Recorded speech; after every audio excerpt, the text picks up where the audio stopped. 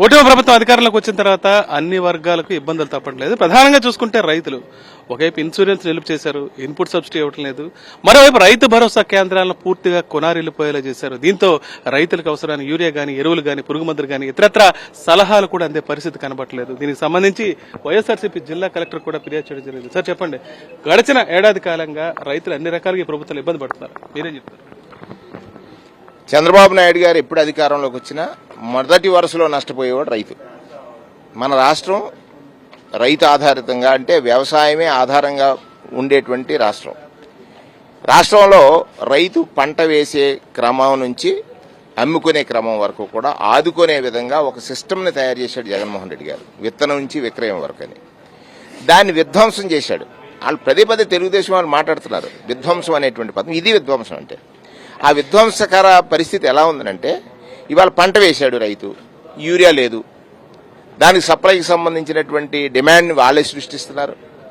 సృష్టించి సరిగ్గా సప్లై చేయలేనటువంటి కారణం చేత ఇవాళ జిల్లా కలెక్టర్ గారికి జిల్లాలో ఉన్నటువంటి నాయకులు, ముఖ్య నాయకులు అందరూ కూడా, రాజా గారు, మన వెంకట్రావు గారు, సూర్యనారాయణ రెడ్డి గారు, డాక్టర్ గూడు శ్రీనివాస్ గారు, అలాగే మా నాయకులు అందరం కలిసి వచ్చాం. గిరిజల బాబు గారు, రాజబాబు గారు, ఇట్లాను కలిసి వచ్చి చెప్తుంది ఏమిటంటే, ఈ జిల్లాలో ఏదైతే పంటలు వేశారో ఆ రైతు ఆందోళన బతకూడదు. రైతు ఇవాళ చాలా బాధలో ఉన్నాడు. ఆ బాధని తీర్చడానికి సరైన సమయంలో స్పందించాలనేటువంటి మాట చెప్పాం. జిల్లా కలెక్టర్ గారు మాకు హామీ ఇచ్చారు, చాలా సంతోషం. ఆవిడ చెప్పిన మాట ప్రకారంగా ఏదైతే ఇప్పుడు ఇవాళ ర్యాక్ వస్తుంది, ర్యాక్ వచ్చినప్పుడు ఏ విధంగా వాళ్ళు సప్లై చేయాలనేటువంటి విషయం చెప్పారు.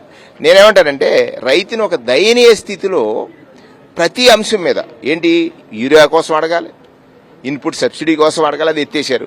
ఇన్సూరెన్స్ ఎత్తేశారు. పండించిన పంటకి గిట్టుబాటు ధర లేదు. పంట సాగునీటిలో కూడా సప్లై సరిగ్గా ఉండదు.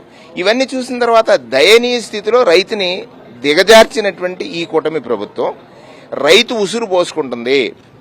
రైతు అంటే భూమికి రైతుకి ఒక అవినాభావ సంబంధం ఉంటుంది. ఆ బంధాన్ని తెంచేయాలనేటువంటి ఒక ప్రయత్నం చేస్తుంది. యువత వ్యవసాయానికి ఆకర్షితులు కావాలి.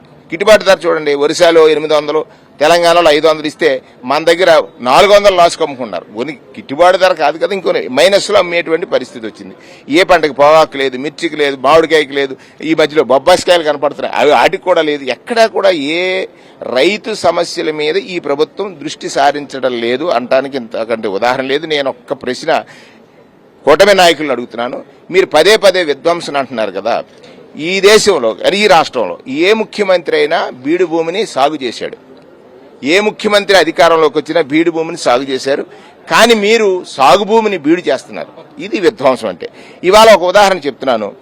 అబ్బిరెడ్డి పుల్లయ్య అనేటువంటి ఒక రైతు గారు, ఆయన ఎరువులు అడగడానికి వెళ్ళాడు. 3 బస్తాలు ఇస్తానన్నారు. 3 బస్తాలు ఇస్తానన్నప్పుడు వారు ఏదో మాట్లాడితే అతన్ని కొట్టినటువంటి పరిస్థితి వచ్చింది. అంటే రైతుని ఎంత చిన్న చూపు చూస్తున్నారు చూడండి. రైతు రాజు అంటారు, రైతు దేవుడు అంటారు, అన్నం పెట్టే రైతును ఆదుకోవాలంటారు. అటువంటిది రైతుని మ్యాన్ హ్యాండిల్ చేసే పరిస్థితిలో అధికారులు ఉన్నారు. అది కూడా మేము ఇవాళ గ్రీవెన్స్ లో మేడంకి చెప్పాం, దాని మీద ఎంక్వైరీ చేస్తున్నారు. ఏది ఏమైనప్పుడు కూడా వైఎస్ఆర్ కాంగ్రెస్ పార్టీ అధ్యక్షుడు జగన్మోహన్ రెడ్డి గారు పిలుపు ఇవ్వకపోతే ధాన్యానికి గిట్టుబాటు ధర లేదు, ధాన్యానికి సక్రమంగా డబ్బిచ్చిన పరిస్థితి లేదు, మిర్చికి ఉత్తరం రాసిన పరిస్థితి లేదు, మిర్చితో పొగాకు ఉత్తరం రాసిన పరిస్థితి లేదు, మామిడికాయకి ఉత్తరం రాసిన పరిస్థితి లేదు.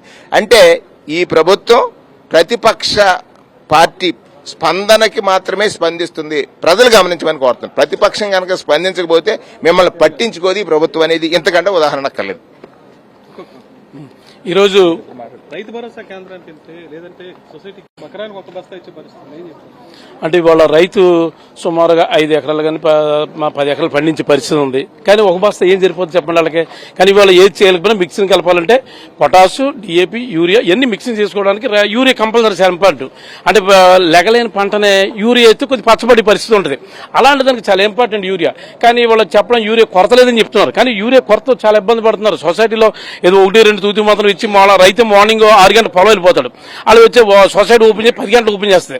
కానీ వాళ్ళకి తెచ్చుకునే పరిస్థితి ఉంటుంది. ఏదైనా తూతి మంత్రం వాళ్ళు కావాల్సిన వాళ్ళకి ఎవరికైనా కూటమి ప్రభుత్వం ఎవరికైనా ఇస్తున్నారు తప్ప ఏం లేదు. అదే గతంలో మన జగన్మోహన్ గారు అయితే సుమారుగా రైతుకి 1,70,000 కోట్లు ఖర్చు పెట్టాడు. అంటే ఆ విధంగా అన్ని విధాల సచివాలయం అది రైతు భరోసా కేంద్రాలు అవ్వచ్చు, అదేవిధంగా ఇన్పుట్ సబ్సిడీ అవ్వచ్చు, లేకపోతే ఇంకా ఏది కావాల్సిన అన్నింటికి ఉపయోగపడేది. కానీ ఇవాళ ఆ పరిస్థితి లేదు. రైతు వాళ్ళ దేశాన్ని ఎన్నుకొని చెప్పుకోవడానికి మనం చెప్పుకోవడం కానీ వేస్ట్. అది ఏ పరిస్థితి కూటమి ప్రభుత్వం చేస్తలేదు. 3 మండలాలు చూసుకుంటే పవర్కొండ కానీ రాజానగరం చెందినారు యూరియా స్కేర్సిటీ చాలా ఎక్కువగా ఉంది. ఎకరానికి ఒక బస్తా ఇస్తా ఉన్నారు లైన్లో నుంచి.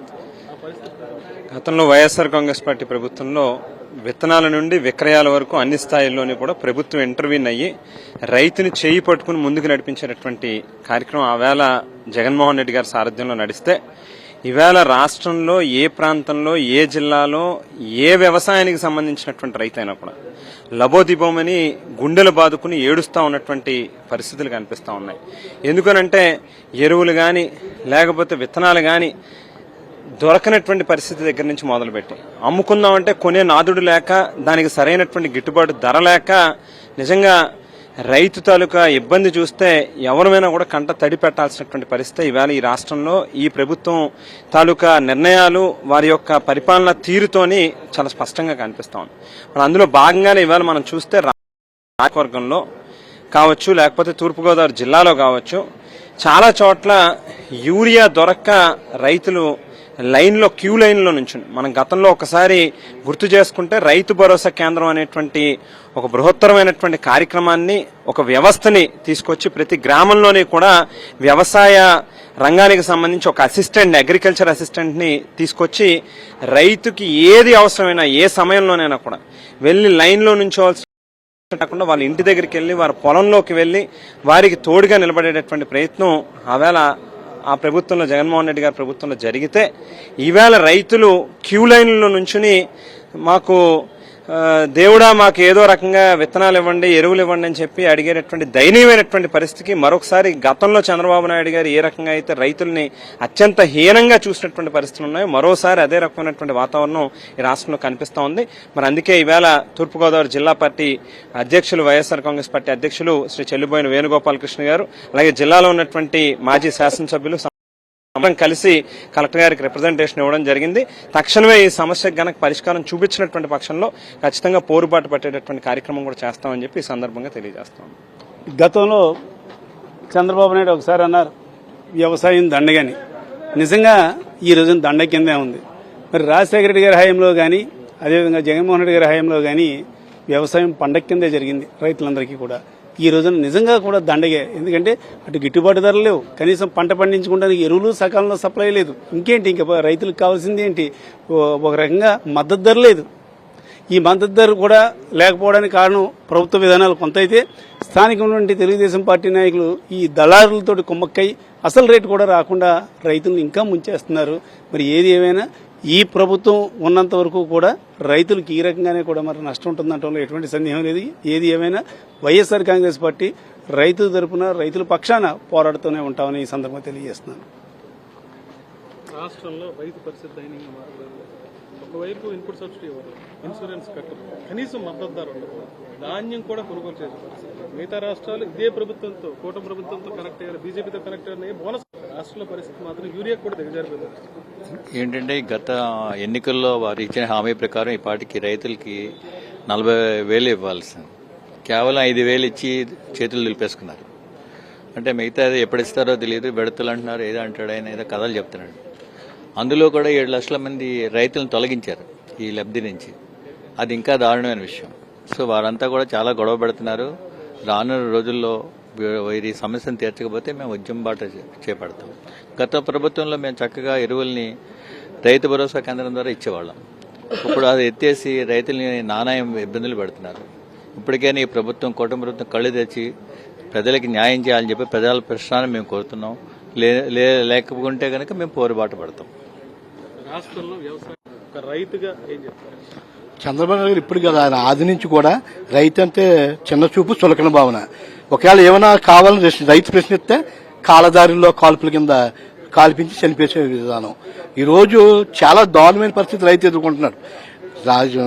జగన్మోహన్ రెడ్డి గారు రైతు భరోసా కేంద్రాల ద్వారా ఎవరో ఊహించిన విధంగా రైతుకు తన ఎంతవరకు సాధ్యమైతే అంతవరకుగా ఎరువులు కానీ ఫెర్టిలైజర్స్ కానీ వివిధ రూపాయల టెక్నాలజీ కానీ అన్ని ఉపయోగపడే విధానం ఆయన తీసుకొస్తే ఓన్లీ ఆయన మీద ఉన్న కక్ష, ఆయన పేరు కనబడుతుంది, ఆయన బ్రాండ్ కనబడుతుందని ఈ రోజు అవన్నీ కూడా రైతులు దూరం తీసుకొచ్చిన పరిస్థితి. ఈ రోజు ఒక రైతు ఎరువులు కొరతే కాదు, ఎరువు సమయానికి కోడి కూసిన వెంటనే వ్యవసాయం తీసుకునే రైతుకి ఆ సమయానికే ఏమీ అందలేకుండా ఎప్పుడో 11 11ంటికి 12ంటికి అవి ఇచ్చి అరకొరమైన ఎరువులు ఇచ్చే పరిస్థితి తీసుకొచ్చే చాలా దౌర్భాగ్యమైన స్థితికి ఎలా తీసుకొస్తారు.